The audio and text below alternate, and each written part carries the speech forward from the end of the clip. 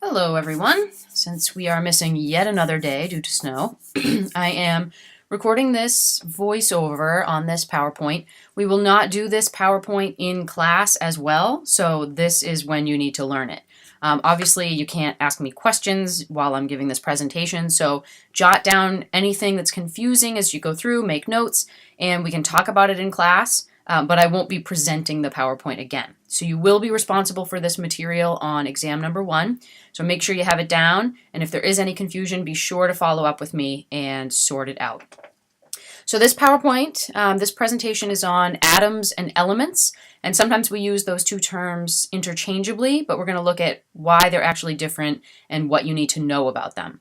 So we use the periodic table of the elements all the time in chemistry class, and so we need to know, we're going to figure out eventually why it's called the periodic table, but we're also first going to look at why we call them elements and what does it mean to be an element. Has a pretty simple definition. It means it's a pure substance that you can't break down into simpler substances using a chemical reaction.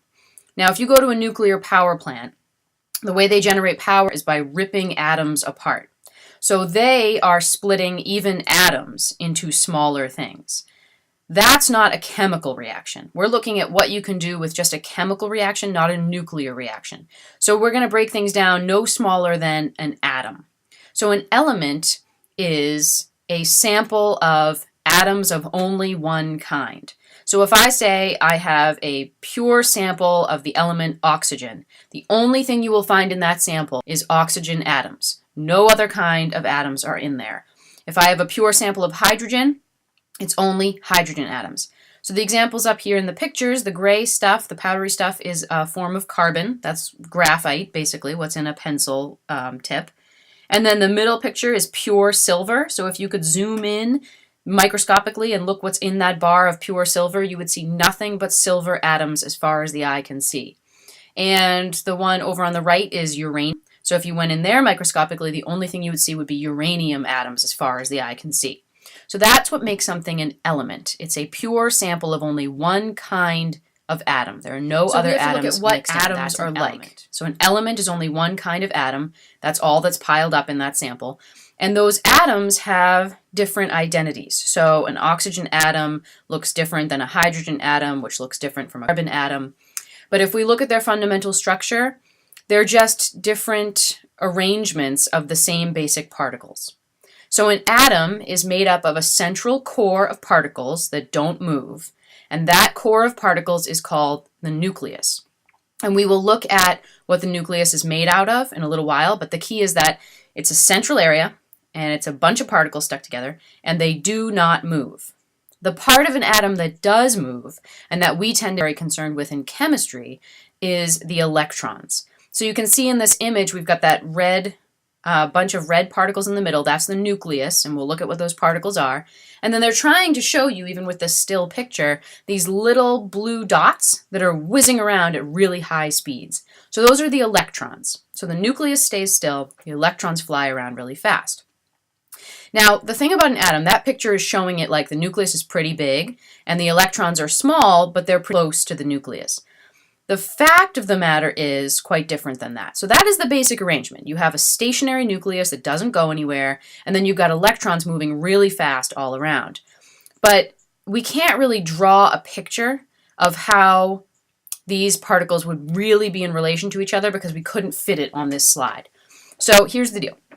If you look at the diameter of the whole atom, pretty much any kind of atom, so let's just say we're looking at an oxygen atom, and measure the distance from the left side to the right side across that entire cloud of electrons, so including all the electrons in your measurement, that diameter, the diameter of the electron cloud, is on average about 100,000 times bigger than the diameter of the nucleus itself. So this is actually kind of hard to get your brain around because atoms overall are super, super tiny. And we're trying to talk about an atom that's super, super tiny, but a diameter of that atom that's way, way bigger than the diameter of the nucleus in the middle. So to give yourself a sense of how that works, I'm going to give you a little exercise to do at home or wherever you are when you're listening to this audio and watching this lecture. And I'm going to be posting on Blackboard a discussion board.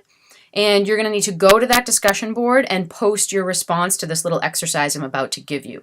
So basically, you'll only know to go find that discussion board if you've listened to this lecture and done this exercise. So that's how I'm going to know that you listened to it.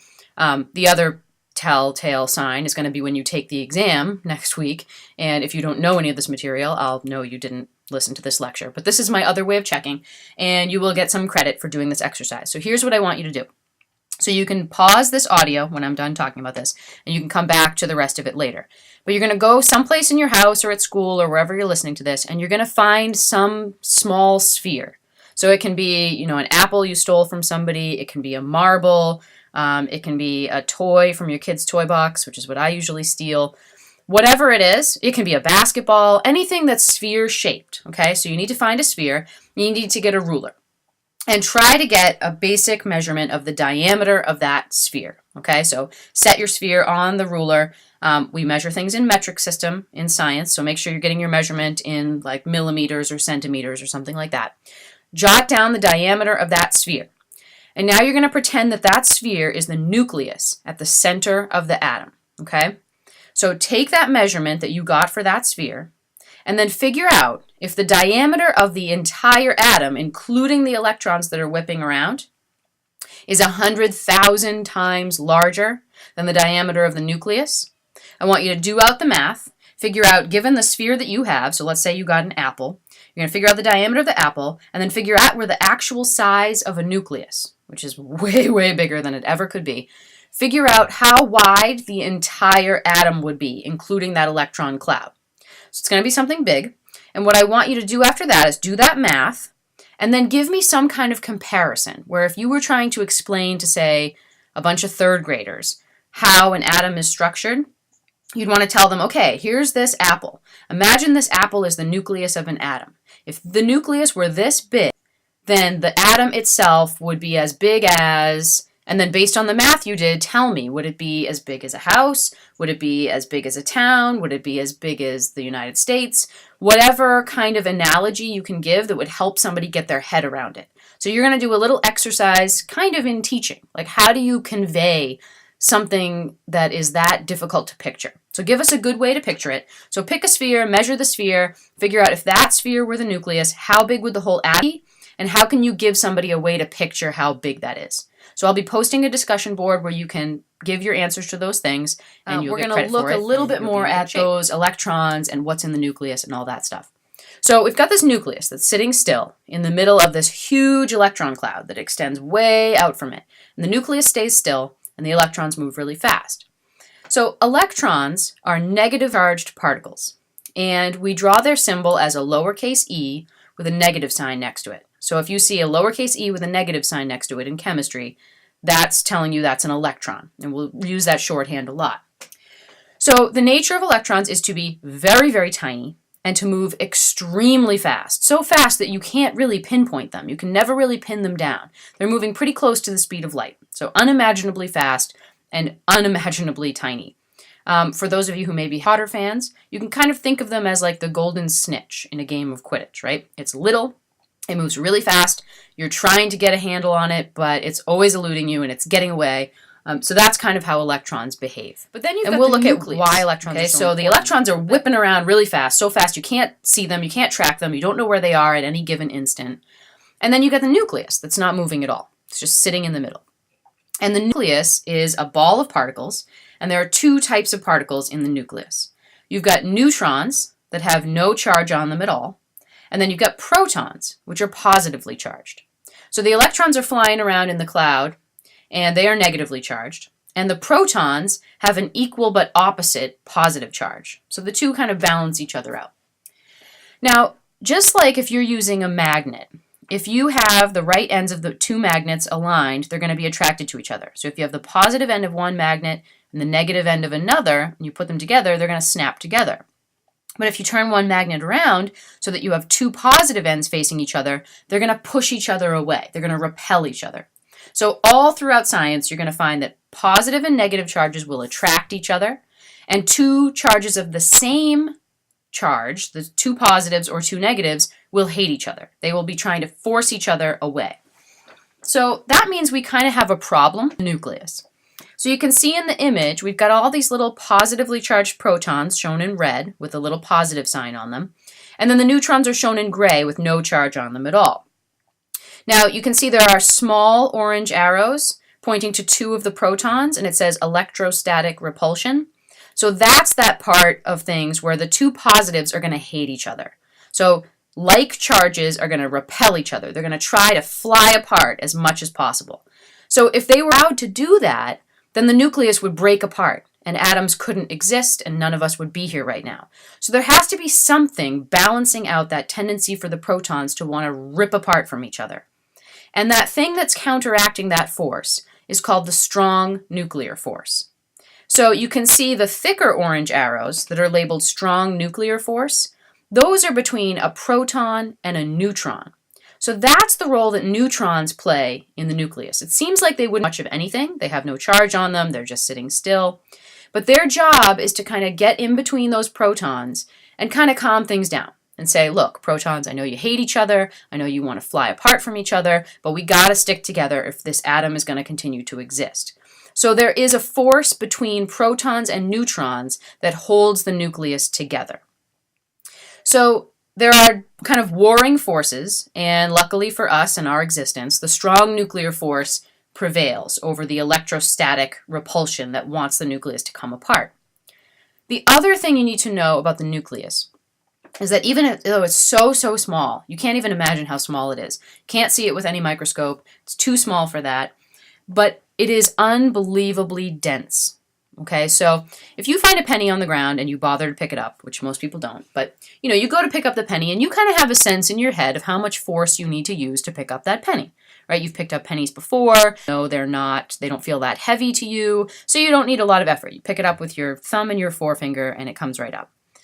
Now imagine you reach down to pick up that penny and you discover that it weighs 30 million tons. It's the size of a penny, it looks like a penny, it's the thickness of a penny, and you go and you think you're going to be able to pick it up like you normally could, and you can't. It's like it's bolted to the ground, and no amount of effort you put into it is going to overcome that weight that you're feeling. So the reason for that is density. So we've looked at density. Density is how much stuff is in how much space. So the more stuff you pack into a small volume, the more dense that thing is. So we look at density and we say density equals the mass in a particular volume. And the more mass, the more stuff you pack into that volume, the denser and denser and denser it's going to be. And you have an intuitive sense of how things are supposed to be. If you go to the grocery store and you're looking for like a watermelon or a cantaloupe, the way people will recommend you buy those is say, okay, so you pick up the watermelon or the cantaloupe and you know it's good if it feels heavier than you expect. And we use the terms heavy, we use the terms weight, but what you're actually assessing when you do that is how dense is that piece of fruit, okay? So you go in, pick it up, and you think, well, for something that size, a melon that size, it's gonna, be this difficult to pick up. And if you go to pick it up and you're like, whoa, that's heavier than I expected, that means it has a higher density than you expected. There's more stuff packed into that same size watermelon or cantaloupe than you would expect. So it has a higher density than you expect. The nucleus is unbelievably dense. So if it were as big as a penny, which it is not, that penny would have a weight of 30 million tons. It's kind of unimaginable how much stuff is packed into that nucleus. So there is no free space in that nucleus. These particles are wedged so close together, it's beyond your ability to imagine. So incredibly let's look at these dense. Different particles. We've got protons and neutrons that are in the nucleus, not going anywhere, packed together so close that it's unbelievably dense. And then you've got these little electrons whipping around in the open space around that nucleus. So the electrons have plenty of space to spread out. The particles in the nucleus are packed in so tight they have no space. So what we're talking about here is we're talking about atoms themselves that are so tiny you can't see them, you can't use a microscope, and then we're talking about particles within atoms that are even smaller. So this little diagram here with the different colored spheres, they're trying to show you the difference in size, but even this isn't really giving you a sense of how different the sizes are. So the protons and neutrons, they're about the same size as each other. They're about equal in size and in mass. And you can see that they're giving the masses of these things in kilograms, which is not really the appropriate measure, but just to give you a sense of how tiny these are. So a proton is 1.672 times 10 to the negative 27th kilograms. You remember from scientific notation that if you were going to write that out in the conventional way, you'd have to take that decimal point and move it 27 places to the left. So you would have 0.26 kilograms. Tiny, tiny, tiny. Now the neutron is about the same. They're slightly different in mass, but just about equivalent. And then come over here to the electron, and at first you look at the mass and you're like, oh, the mass is 9 something. So that's weird. I thought electrons were even tinier. But it's scientific notation. So if you look at that number, it's 9.109 times 10 to the negative 31. So in this case, you would have to move that decimal point 31 places to the left. So the number would actually be 0.309109 kilograms. So ridiculously tiny. Protons and neutrons themselves are super tiny. Electrons are even vastly more tiny than that. So it doesn't make sense to use kilograms for something that small. Even grams is way too big. And in fact, even milligrams or any measure we would use for something you can actually put on a scale is too big for this. So scientists instead created this new unit to talk particles inside an atom. And that unit is atomic mass units, sometimes abbreviated as AMU. Confusingly, and I know this is confusing, but you can use these interchangeably, some people refer to this unit as a Dalton. So if you see me write AMU or Dalton, in any case, they're the same thing. So if you look at this little table 2.1 on the slide, you've got the 3 different kinds of particles in an atom. You've got the charges they have, so protons are positively charged, electrons are negatively charged, and neutrons have no charge, they're neutral. Then we come over to the third column and we look at their mass. So the mass for a proton in AMUs is close to 1. Technically it's 1.0073. The mass of a neutron in AMUs is slightly larger, but pretty much 1 as well. And then the mass of an electron is so tiny. So even in AMUs, and this is already ridiculously tiny, even in AMUs, a proton is about 1, a neutron is about 1, an electron is 5.486 times 10 to the negative 4. So if we were to write that out conventionally, we'd have to move that decimal point 4 places to the left. So we go 1, 2, 3, 4. So we would have 0.0005486 AMUs. That's so small that we generally treat their mass as being 0 AMUs.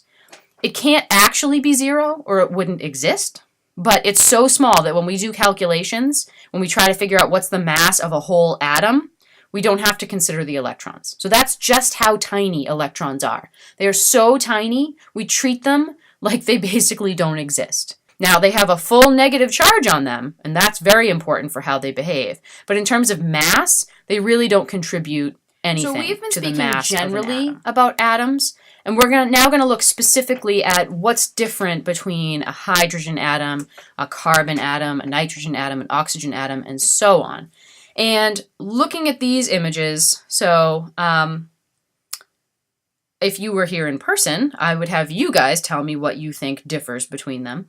But I think, just kind of sitting back and taking a long view and just seeing what jumps out at you, you can see that the upper left corner, the hydrogen atom, looks like it has only 1 particle in the nucleus. The other guys have a lot of particles in the nucleus, right? So that's one difference. So there's clearly the possibility that you can have different numbers of things in the nucleus. That's one thing that can differ between atoms. If we look at exactly what numbers of things are in the nucleus, not only can you have something like hydrogen that appears to only have 1 particle, which is 1 proton in the nucleus, when you go to the other atoms, you'll see that not only the proton number can vary, but so can the neutron number. And looking at the numbers given here, we see carbon has 6 protons, 6 neutrons, nitrogen has 7 and 7, oxygen has 8 and 8. So just based on this slide, it wouldn't be wrong to look at it and say, maybe there's some trend where you have to have equal numbers of protons and neutrons. That would be nice and neat and tidy. Maybe it's the case. Then we're going to see whether or not that's that important and whether that holds true every single time. It looks like hydrogen kind of already violates that, right? So we only have 1 proton and we no neutrons. So clearly you can exist having different numbers of protons and neutrons because hydrogen is clearly doing it. We can then look at what's going on with the electrons. So we are showing the electrons here going in circles, kind of orbiting the nucleus. Try to remember that the electrons are in a cloud around the nucleus, so this is showing them flat, two-dimensional, but just try and picture that they're orbiting around that nucleus, but it's three-dimensional. So sometimes they'd be coming out of the screen at you and then back behind the screen, and then sometimes they're going side to side. But what is true is that the electrons are orbiting in these shells around the nucleus. So for hydrogen, we just have one electron orbiting in one shell around the nucleus. But for these other guys, carbon, oxygen, and nitrogen, we have more than one shell. Now for carbon, oxygen, and nitrogen, the inside shell, the innermost shell, each one has 2 electrons in that innermost shell for carbon, oxygen, and then for all 3 of those, we then have a second shell where electrons can be traveling. And for those ones, for carbon, it looks like there's 4 electrons in that outer shell. For oxygen, it looks like 6 electrons in that outer shell. And for nitrogen, it looks like 4 electrons in that outer shell. 5. Yeah, that's right. So in each one of these, the inner shell has only 2. And then for hydrogen, there's only 1 electron in that inner shell. And then the outer shell seems to have more electrons in it. Now, whether that's 5, 6, 7, doesn't seem to be that important. So we're going to have to figure out what's going on there. But what is clear is that electrons travel in these orbits, and you can have more than one orbit, and it looks like they may hold different numbers of electrons, right? Now, we'll see more about that as we get there. But the other trend that looks like it may be consistent, and we don't know for sure, but if you look at the number of protons, so for hydrogen, hydrogen has 1 proton, and then it has 1 electron. Carbon has 6 protons, 6 neutrons, and also 6 electrons. Oxygen has 8 protons, 8 neutrons, 8 electrons. Nitrogen, 7, 7, and 7. So it looks like there may be some relationship there, right? So maybe you have to have a balanced number of these things. And in fact, what we're going to do is we're going to be counting charges all the time. So keep an eye on these things. We know protons have a positive charge, electrons have a negative, neutrons have no charge. So based on that, just what we can pick up from that slide of what might be. So here are the things that have to be true. The number of protons has to equal the number of electrons in a neutral atom. So an atom all by itself that hasn't reacted with any other atoms, isn't participating in any chemical bonds, just an atom by itself is a neutral thing. Its charges have to balance. So that means that since protons each have a positive charge and electrons each have a negative charge, if the whole atom altogether is going to be neutral, you have to have equal numbers of those 2 particles. Okay, so that's one rule. The number of protons sometimes equals the number of neutrons, but not always. So that is not a rule. You cannot predict how many neutrons a particular atom will have based on how many protons it has. It very often may be equal, but it doesn't have to be. And then the biggies down here at the bottom are the number of protons in the nucleus is the identity of the atom. That is what determines what kind of atom you are. And that number of protons is what we call the atomic number. So you can see on the little image at the top, we've taken the block for carbon out of the periodic table. And the information you can get from that block is that we're talking about carbon, so that's its full name. It says it up at the top. We've got its symbol, which we use a lot in chemistry. So the symbol for carbon is just a capital C. So that's its nickname. And then we've got 2 different numbers on this block. So we're not going to worry about atomic mass at this moment. We're going to focus on atomic number. So the atomic number is the number of protons in the nucleus of the atom, and it is what makes that atom that atom. So carbon is always going to have 6 protons. If you're looking at an atom and it has a number other than 6 protons, it's not carbon. If it has 6 protons, it is always carbon. So that is the identity. Now we're going to look at neutrons. So it looked like some of those atoms that we looked at on the earlier slide had the same number of protons as neutrons, but we know hydrogen violates that because hydrogen only has 1 proton in its nucleus and no neutrons. So we have to figure out what is the rule with neutrons. And as long as the number of protons is the same, then it is whatever element. So if you have 6 protons in the nucleus, it is carbon all the time. But you can play with the number of neutrons and have it still be carbon. So you could have 6 neutrons and it's still carbon as long as it has 6 protons. You could have 7 neutrons with 6 protons, that's still carbon. You could have 8 neutrons with 6 protons, and that's still carbon. So the protons make the element. So we can write an element in this particular setup, and you'll have examples in your homework where you have to try to do this. So we show the element symbol in the middle. So here the example is just X. That's not actually an element. It's just showing you that you put the symbol for the element there in a big letter, okay? And then you have these two other things. You're going to put one kind of as a superscript to the left, and then one down at the bottom as a subscript on the left. So you've got atomic number on the bottom. So we represent that as Z. Z represents the number of protons in the nucleus. So if we were talking about carbon here, we would put the number 6 where the is. Where the X is, we would put the letter C, because that's the symbol for carbon. So we would have C for carbon, and then that little Z would be replaced with a 6. Now that A is what we call the mass number. So that's a different thing. So if we're talking about carbon, we know it has 6 protons every single time, otherwise it's not carbon. But we know the number of neutrons can vary, and we're still looking at a carbon as long as it has 6 protons. So we have to tell people, if we're talking about a particular atom of carbon, how many neutrons it has. And no, because you told them it's carbon, that it has 6 protons, but it could have 6, 7, 8 neutrons. So we tell them that information with the mass number. So the mass number we show with the letter A, and you're going to fill it in, and it's basically just you add those two things together. You look at how many protons the nucleus has, and then you look at how many neutrons. Add those numbers together, and that's the number you put where that A is. So you guys are going to have examples where you need to do this on the homework. So sometimes that symbol that you put in where that big letter X was is going to be pretty obvious. So carbon starts with C, so its symbol is C. Nitrogen starts with N, so its symbol is N. Oxygen starts with O, so its symbol is O. And luckily for us, the periodic table works that way a lot of the time. Since you have a lot of elements that start with the letter A, for instance, you will find that they can't all have the symbol A or it get confusing. So in this little segment of the periodic table, you'll see there's an AL, there's an AR, there's an AS, there's an AT. So if there's more than one element that starts with the same letter, we use not just one letter to show it, but a capital letter at the beginning and then a lowercase second letter to specify what it is. So AL is aluminum, AS is arsenic, AT is astatine, AR is argon. So those are all different things. They start with A. And most of the time, again, scientists have tried to make it straightforward. They take the name, like aluminum. Okay, it starts with A, but there's a lot of things that start with A, so we need to be specific. So let's name it for the first 2 letters of its name. So aluminum becomes AL.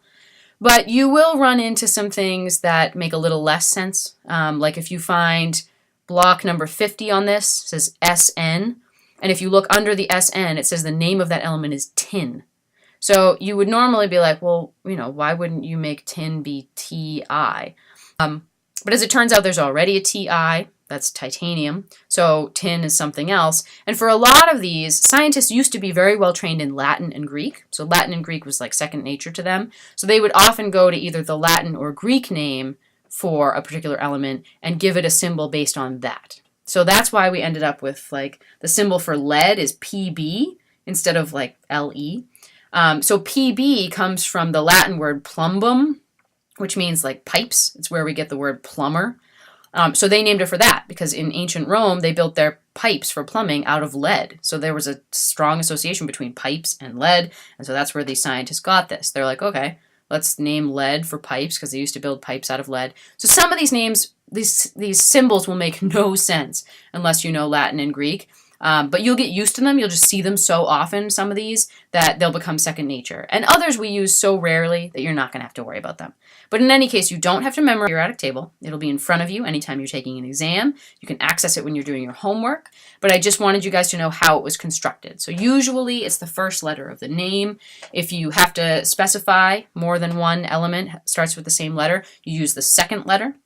And then sometimes you've got these weirdo elements where the name just seems to come out of nowhere. So we've been talking about elements, how an oxygen element is different from a carbon element, is different from a nitrogen element, atom, and each one of those has different numbers of protons. That's what makes an atom different from another atom, fundamentally. But then you can take those atoms and you can make other things out of them. You can combine them in different ways to make stuff. And when you take more than one atom and stick them together, as soon as you have at least 2 atoms stuck together, you have a molecule. And you can make these pretty complicated or you can make them pretty simple. So you can have examples like in the top row where you've got 2 hydrogens bonded together, or 2 oxygens bonded together, 2 nitrogens, or 2 chlorines. Those are what we would consider molecules. As soon as it's more than one atom, even if it's 2 of the same thing, it's a molecule. So just keep that in mind. An atom is all by itself. More than one atom together is a molecule. And you can make molecules that aren't just 2 of the same kind or 3 of the same kind. You can make combinations. But either way, that's considered a molecule. Molecule just means more than one atom. And then we've got together a related term called compounds. So compounds means 2 different things stuck together, not just one kind of atom. So when you look at this slide, you see that we've got the example of the top row where we've got 2 hydrogens stuck together, so that's H2, 2 oxygens together, O2, 2 nitrogens together, N2, and then we've got the examples on the bottom where you've got more than one kind of atom stuck together. So those guys on the bottom are examples of compounds. There's more than one type of atom bonded together. If you have 2 of the same thing bonded together, or 3 of the same thing, or 4, whatever it is, that's still a molecule. A molecule is anything where more than one atom comes together, but it's not a compound. It has to be 2 different kinds of atoms at least to make it a compound. So we have to find ways to show these molecules, if you're writing out what happens or how things bond together. And as you progress in chemistry, you're going to see various different ways that we show these molecules. So if we take the example of glucose, which is a kind of sugar that your body's burning right now to keep you awake and hopefully focused on what's going on, we can show that molecule glucose in a lot of different ways depending on what we're trying to show someone. So we will very often use the version on the left, which is called a bond line diagram. And you can see we've got the letters that show the different elements. So we've got C for carbon, we've got O for oxygen, we've got H for hydrogen. And that bond line diagram is a fairly simple way of showing how those atoms are connected to each other. So the lines represent bonds between those atoms, and the letters represent the atoms themselves. And the bond line diagram is giving you a sense, a 2-dimensional sense, of how those atoms are bonded together. So in the case of glucose, it's kind of a big hexagon. The ball and stick model in the middle is trying to give you more of a 3D sense of how these things are bonded together. So it's not just flattened out on a piece of paper. It's showing that, yeah, you have a hexagon, but then you've got stuff that's kind of sticking out the top of the hexagon, coming up into the air, and then you've got things that are kind of going down like into the page. So that's more of a 3D version. And there's certain types of questions we have to ask in chemistry that we can only answer if we know the 3D structure of a particular molecule. And then the third one we will see less in this class, but I want you to know that it exists. And these are called spacing diagrams. So you can see in this one, it's actually really hard to make out the hexagon structure. You really can't see it at all. This whole thing just looks like a blob of different colored spheres.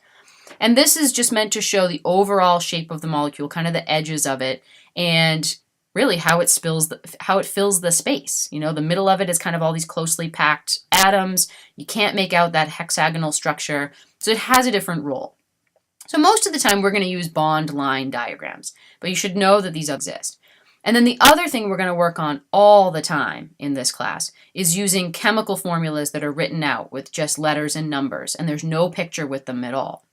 So we can show glucose as C6H12O6. And all that's telling you is these are the things that are in a glucose molecule. It doesn't tell you anything about how they're attached to each other. It doesn't tell you anything about the fact that they arranged in a hexagon. So this is more like if you went to try and cook something, and instead of actually having a recipe written out, you just have a list of ingredients. And you don't know, well, when do I add this, and do I mix these 2 together and then add this third thing, and what temperature do I need to cook it at? The chemical formula written in this form at the bottom of the slide doesn't give you that information. It doesn't tell you how those atoms line up. It doesn't tell you what shape they're in. It just says you're going to need 6 carbons, 12 hydrogens, and 6 oxygens. So that's how we write this. You'll see this all the time in chemistry. You'll see the symbol of the atom.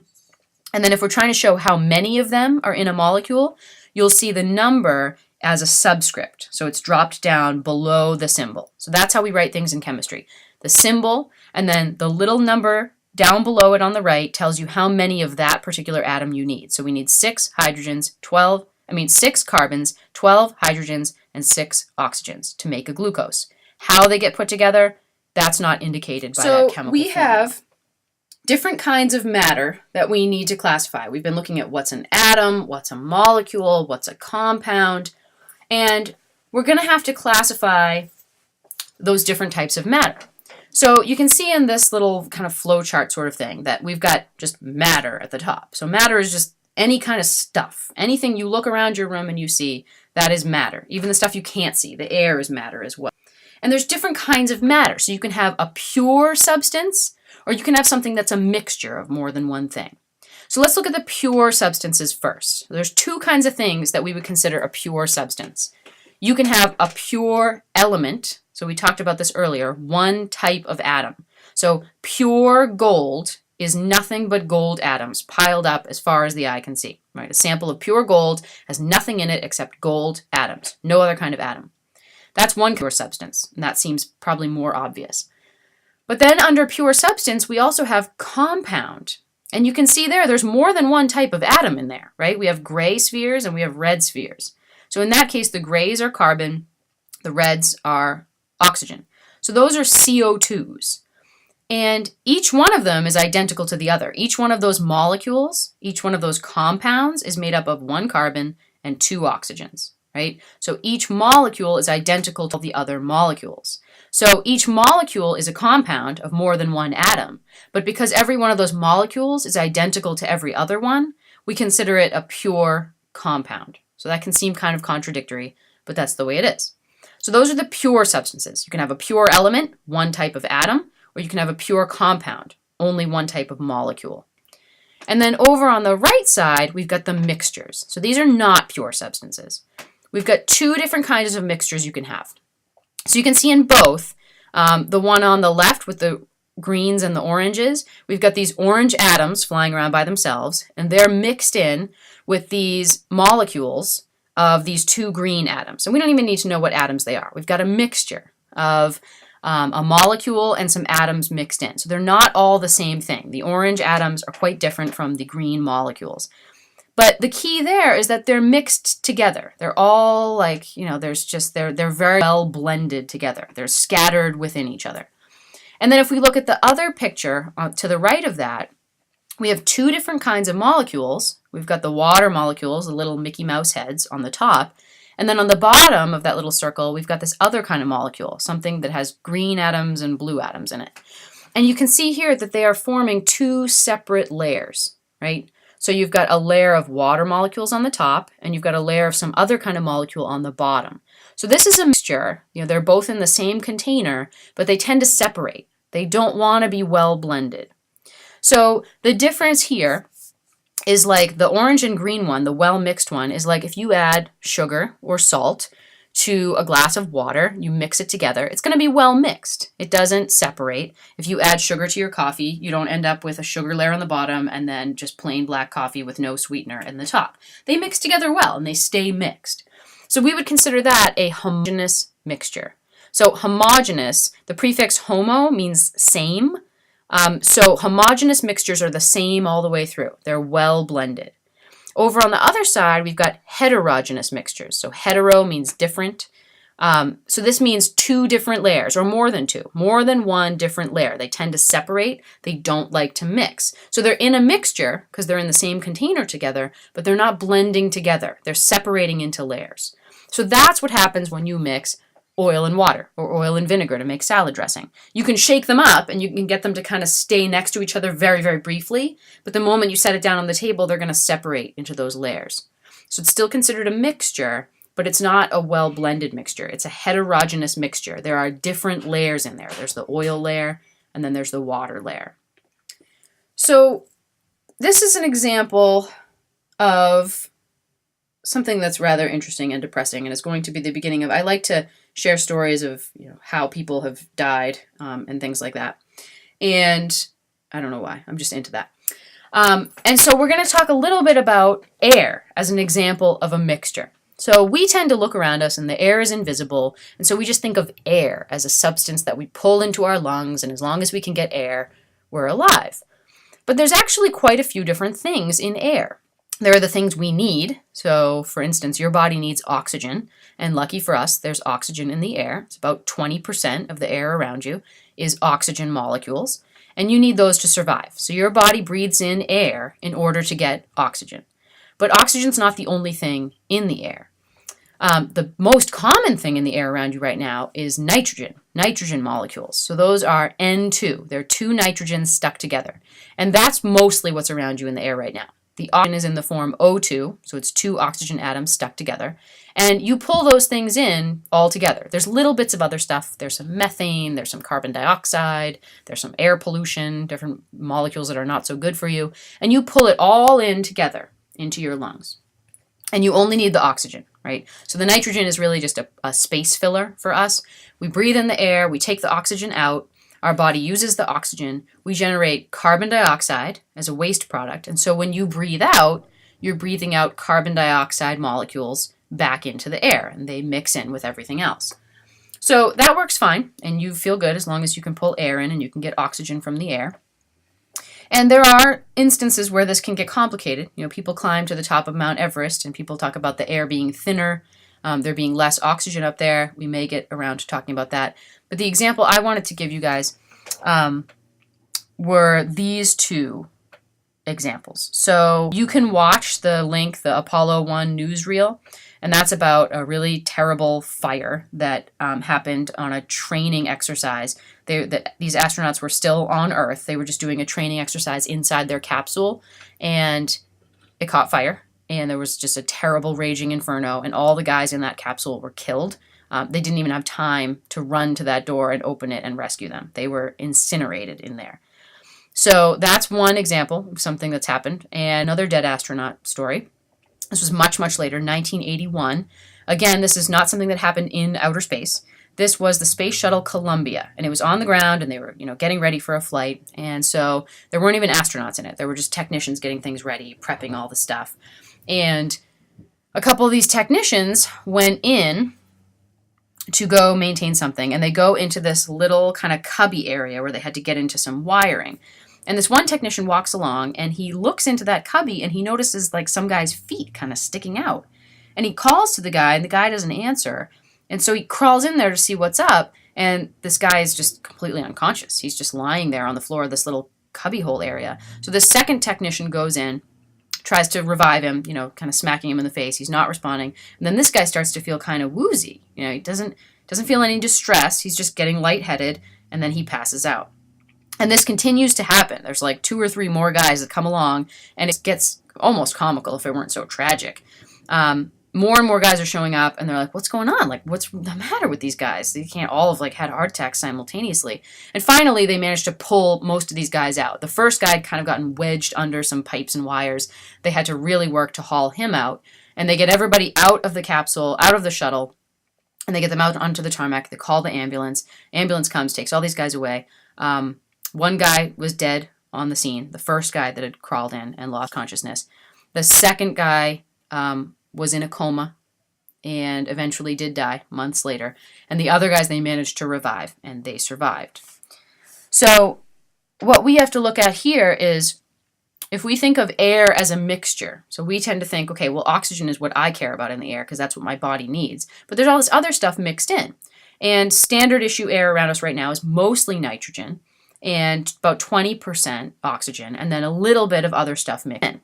But you can mess with that mixture. Like, let's say you're sending somebody down scuba diving, you're going to give them a tank of something to breathe, or you are filling a space shuttle with some kind of atmosphere for those astronauts to breathe. You have control in that situation of what the mixture is. Are you going to put in more oxygen? Are you going to put in more nitrogen? Are you going to do half oxygen, half nitrogen? Or are you going to make it identical to room air? So, like 78% nitrogen, 20% oxygen. Do you want it to be identical to what people are normally breathing, or do you want to mess with it a bit? And when you're considering what you want to do in a space capsule, one of their primary interests is reducing weight, because the lighter that capsule is, the less fuel it's going to take to get it into space, and the less fuel it's going to take to keep it traveling around. So in the Apollo missions, the early ones, they figure, okay, so room air is mostly nitrogen. Your body doesn't need nitrogen. So why don't we just get the nitrogen out, and we'll just give these people pure oxygen to breathe? And that way we're saving on fuel, because why would you send somebody up with tanks full of, almost 80% something that you don't even need? So that's what they did. They filled this capsule with pure oxygen, which was fine for these guys. They're breathing it. feels good to them. Their body's getting what they need, and they're not breathing in any of the nitrogen that they don't need. It doesn't really make a difference, but it was going to save weight on this capsule. And then when they looked at this horrible fire afterwards, lots of people were trying to come up with why was the fire so bad. And they're like, was there some kind of spark? What started it? Why did it burn so quickly? And it rapidly became clear that it was because the atmosphere in that capsule was pure oxygen. Now, you guys probably know if you start to have like a fire on your stove or something, one way to try to deal with it is just to cover it, right? You starve it of oxygen. Fires can't burn without oxygen. The reverse of that is that if you give them pure oxygen, they're going to burn like you would not believe. So whatever sparked that initial fire in that Apollo capsule, the fact that it was in a pure oxygen atmosphere meant it burned so fast and so hot that those guys had no shot at escaping. So we learned lessons from that. Pure oxygen atmosphere, not good in terms of a fire hazard. So even though it's expensive in terms of fuel to send people up to breathe a bunch of nitrogen that they don't need, the presence of nitrogen in the air keeps things from spontaneously combusting. Even though we look at the air around us right now and we say, oh, it's like almost 80% something that my body doesn't need. The nice thing about having all that nitrogen around is nitrogen doesn't burn. So if you have nitrogen in a high percentage in the air around you, things don't spontaneously burst into flames. Basically what happens if you have a pure oxygen atmosphere. So the NASA realized that pure oxygen atmosphere, not a good idea. Having some nitrogen there would keep fires from hopefully happening in the first place. But if they did start, it would keep them from being so destructive. So they actually went the other direction. And what they figured out was that, okay, fire is always a risk in a space shuttle or a space capsule. Nitrogen doesn't burn. It's pretty non-reactive. It won't catch fire. And the more nitrogen you have in that air mixture, the less likely you are to have a fire. If you had a pure nitrogen atmosphere, nothing in the air except nitrogen molecules, N2s, floating around, you would not be able to get a fire to burn at all because fires need oxygen. So they used this to their advantage. And they would pump pure nitrogen into areas of the space shuttle that no one was using at the time. Because that way they knew they would not have to worry about fire in that area. So they would put up signs like the one on the lower left that said, do not enter, nitrogen gas flowing. And they would just keep those areas packed full of nitrogen and they wouldn't have to worry about fire. And then when somebody needed to go into that area, they would pump normal mixtures in there, flush out the nitrogen, and then it would be safe for people to go in. Because people can't live in a nitrogen atmosphere. They need the oxygen to survive. So they would put up these signs and say, don't come in here. It's nitrogen atmosphere. We got to fill it with regular air before you work in here. And these technicians, some of whom died, didn't realize that the section they were crawling into, whether the sign was down or whatever it was, they didn't realize they were crawling into a little hatch that was being filled with a pure nitrogen atmosphere. So it seems like to us, you'd crawl in there and you would breathe and it would feel like you were suffocating. You're not getting any oxygen. Like, how did they not notice that? How did they not freak out and feel like they were drowning? The way your body works is that it only measures two things. It measures whether air is coming in, and it does not measure what's in that air. As long as you're pulling in that gas around you, you feel okay. You're like, okay, I'm pulling in air. I'm good. The other thing your body measures is, are you getting rid of carbon dioxide? So your body does its metabolism. It breathes out carbon dioxide as a waste product. And your body's able to measure levels of carbon dioxide in your blood. And as long as you're breathing out, you're getting rid of carbon dioxide. So your body says, great, we're all set. Carbon dioxide levels are nice and low. This guy is pulling air in and he's blowing carbon dioxide out. What your body does not measure is whether or not you're pulling oxygen in. That might seem like a flaw, but we didn't evolve to live in space capsules that are filled with nitrogen gas all the time. So your body is not evolved to deal with this situation. So you crawl into that capsule with a pure nitrogen atmosphere and you feel fine. You're pulling in air, you're breathing out, so you're kicking out carbon dioxide, and you never get that feeling of panicky breathlessness because your body thinks everything's great. You're getting rid of carbon dioxide. There's no problem here. But your body's not pulling in oxygen in that situation because there's no oxygen to pull in. You're pulling in air, but that mixture of that air is no longer 78% nitrogen, 20% oxygen. It's 0% oxygen and 100% nitrogen. And your body does not have a way to detect that. So these guys would crawl in and work like everything was fine and feel like they were breathing normally. And then very rapidly, they would run out of oxygen and they would lose consciousness and fall down and couldn't save themselves. And you just wouldn't know anything was wrong. So air is a mixture. It can vary. We can artificially tinker with that mixture. That's exactly what they do with these space shuttles. And you can see whether you veer way to one side with 100% oxygen atmosphere or way to the other side with 100% nitrogen atmosphere. Either way, it can be hazardous or potentially fatal. All right, so don't forget to do that little exercise with the sphere and the atom, and I will post the discussion board where you can post your responses to that. And make sure you have this stuff down for the first exam. If you have any questions, please catch up with me, ask in class, whatever you need to do, because you will answer questions about this PowerPoint on the exam, even though we're doing this PowerPoint in class. So I will see you next time.